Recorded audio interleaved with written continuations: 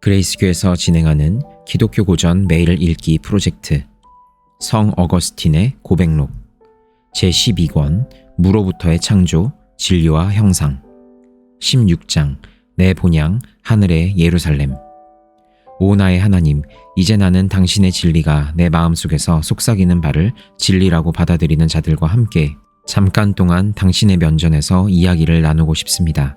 그 진리를 부정하는 사람들은 자기들의 귀청이 떨어질 때까지 짖고 싶은 대로 짖도록 내버려 두십시오. 나로서는 그들이 조용해지도록 설득하여 당신의 말씀이 그들에게 들어갈 수 있도록 노력하겠습니다. 오 나의 하나님, 그러나 그들이 내 충고를 뿌리치고 거절한다 해도 당신이 나에게 침묵을 지키지는 마소서. 내 마음속에서 진리로 말씀하소서. 이렇게 말씀하신 분은 당신뿐이십니다. 나는 믿지 못한 자들을 잠깐 밖에 놓아두고 나의 은밀한 방으로 들어가 당신에게 사랑의 노래를 부르고자 합니다. 이제 나는 이 순례의 길에서 내 본향이요 내 어머니인 저 하늘의 예루살렘을 기억하고 내 마음을 거기로 향하면서 말할 수 없는 탄식으로 그리워하고 있습니다. 또한 나는 그 예루살렘의 통치자, 빛, 아버지, 보호자, 남편, 청결하고 깊은 즐거움, 변함없는 기쁨, 그리고 유일하고 참된 선, 말로 다 할 수 없는 모든 선의 근원이 되시는 당신을 기억하며 사모하고 있습니다. 내 자비가 되신 나의 하나님, 당신이 흩어지고 쪼개어 떨어져 혼돈 상태에 있는 나를 거두어 모아주시어 내 사랑스러운 어머니인 저 예루살렘의 평화에 인도될 때까지 거기에서 내 마음을 돌리지 않게 하소서. 그곳에 내 영혼의 첫 열매가 있고 그 곳으로부터 내가 이것에 대해 확실성을 얻게 되오니 나로 하여금 그 예루살렘을 본받게 하여 나를 영원히 견고하게 하소서. 그러나 내가 말한 이 모든 진리를 거짓이라고 주장하지 않는 자들, 당신의 거룩한 사람인 모세가 기록한 성서를 존중하며 우리들처럼 그것의 권위를 높이 받아들이고 따르는 자들, 그러나 어떤 점에서는 나와 의견을 달리하는 자들에 대해서는 이렇게 말하고 싶습니다. 오 우리의 하나님이여, 나의 고백과 그들의 반론을 판단하여 주소서. 17장 하늘과 땅, 천지에 대한 다양한 의미.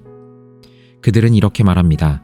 내가 말하는 것이 다 사실인지는 모르나 모세가 성령의 계시를 받아 태초에 하나님이 천지를 창조하셨다라고 말했을 때 이 두 피조물을 생각한 것은 아니었을 것이다. 즉 그가 하늘이라고 말할 때 하나님의 얼굴을 항상 관상하고 있는 영적 혹은 이지적인 피조물을 의미하지는 않았을 것이다. 또한 그가 땅이라고 말했을 때도 무형의 진료를 의미하지는 않았을 것이다. 그러면 이 말, 즉 하늘과 땅이 무엇을 의미하는 것인가? 라고 물어보았더니 그들은 이렇게 대답하는 것입니다. 모세는 우리가 말하고자 하는 것을 의미했을 것이다. 바로 그 뜻을 그러한 말로 표현한 것뿐일 것이다. 그러면 그것이 무엇을 의미하느냐고 물었더니 그들은 이렇게 대답했습니다. 모세는 먼저 하늘과 땅이라는 이 두 말로 우리가 보고 있는 전 세계를 포괄적으로 간단하게 표현하려고 했고 그 다음으로 그는 더 자세하게 창조의 날짜를 따라 낱낱이 설명하려고 한 것이다. 모세가 이렇게 설명한 것은 그의 말을 듣고 있었던 사람들이 대개 교육을 받지 못한 자들이었고 또한 보이는 것만 생각할 수 있는 사람들이었기 때문에 그들에게 하나님의 창조에 보이는 면만을 말해주는 것이 적당하다고 그가 생각했기 때문이다. 그들이 이렇게 대답하면서도 보이지 않고 형상이 없는 땅과 흑암의 깊음을 무형의 진료라고 이해해도 불합리하게 해석하는 것은 아니라고 동의를 했습니다. 그러나 어떤 사람은 말하기를 이 형상이 없고 혼돈한 상태에 있는 진료란 본래 하늘과 땅을 의미하는 것이었다. 왜냐하면 우리가 보통 하늘과 땅이라고 부르는 이 세계와 그 안에 있는 모든 것이 그 진료로부터 창조되었고 완성된 것이기 때문이다라고 합니다. 또 어떤 사람은 다음과 같이 말합니다. 하늘과 땅이란 보이는 세계, 즉 자연과 안 보이는 세계를 전부 포함한 것이라 말해도 적절하다. 따라서 하나님이 그의 지혜 안에서, 즉 태초에 창조하신 모든 피조물은 하늘과 땅이라는 이 말에 다 포함되어 있는 것이다. 그러나 모든 것은 하나님의 본체로부터 만들어진 것이 아니고 무로부터 창조된 것이기 때문에 하나님과 같을 수가 없다. 그러므로 모든 피조물은 그것이 하나님의 영원한 집, 즉 천사들처럼 영속하는 존재든지 혹은 인간의 영혼이나 육체처럼 변하는 것이든 간에 가변성의 원리를 자체 안에 안고 있는 것이다. 그러므로 보이는 것이나 보이지 않는 모든 것의 근원이 되는 그 기본적인 공통의 진료, 즉 아직 어떤 것으로 형성되지는 않았지만 어떤 것으로 형성될 수 있는 가능체로서의 진료로부터 하나님은 하늘과 땅, 보이는 것과 보이지 않는 것들을 만드신 것이다. 이 진료를 가리켜 보이지 않고 형체가 없는 땅, 시면 위의 어둠이라고 부른 것이다.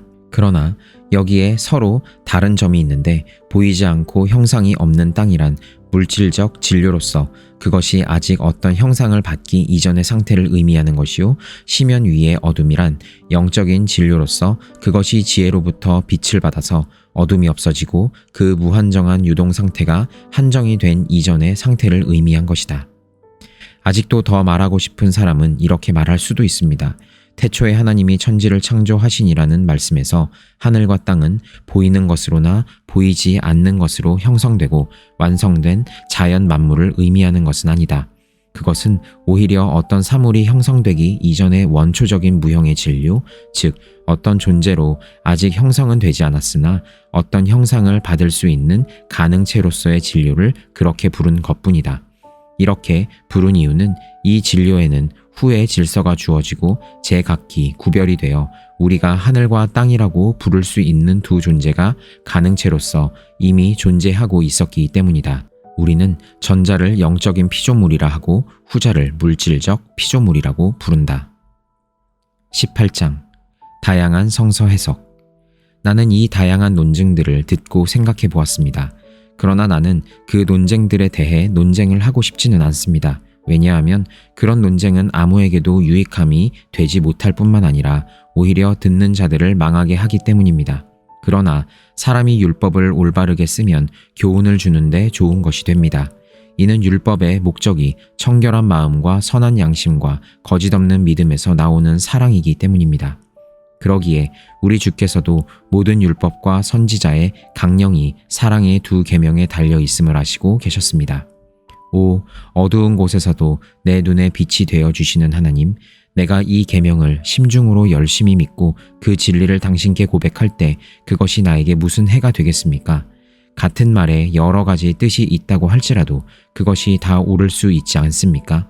모세가 이 글에서 의도한 것을 내가 다른 사람과 달리 해석한다고 해서 그것이 나에게 무슨 해가 되겠습니까? 우리가 책을 읽을 때는 모두 그 저자가 책에서 말하려고 하는 뜻을 찾아 이해하려고 노력합니다. 그리고 우리는 모세가 진리를 말하고 있음을 확실히 믿고 있으므로 우리가 허위라고 알거나 허위라고 생각하는 것 등을 그가 말했다고 감히 생각할 수는 없습니다. 따라서 우리가 성서를 읽고 그 저자의 의도를 파악하려고 할 때 그 해석이 본래 저자가 의도한 바와 다를 수가 있습니다만 그 해석이 진실한 마음의 빛이 되신 당신께서 우리에게 보여주신 진리라고 이해한다 해서 우리에게 무슨 해로움이 되겠습니까?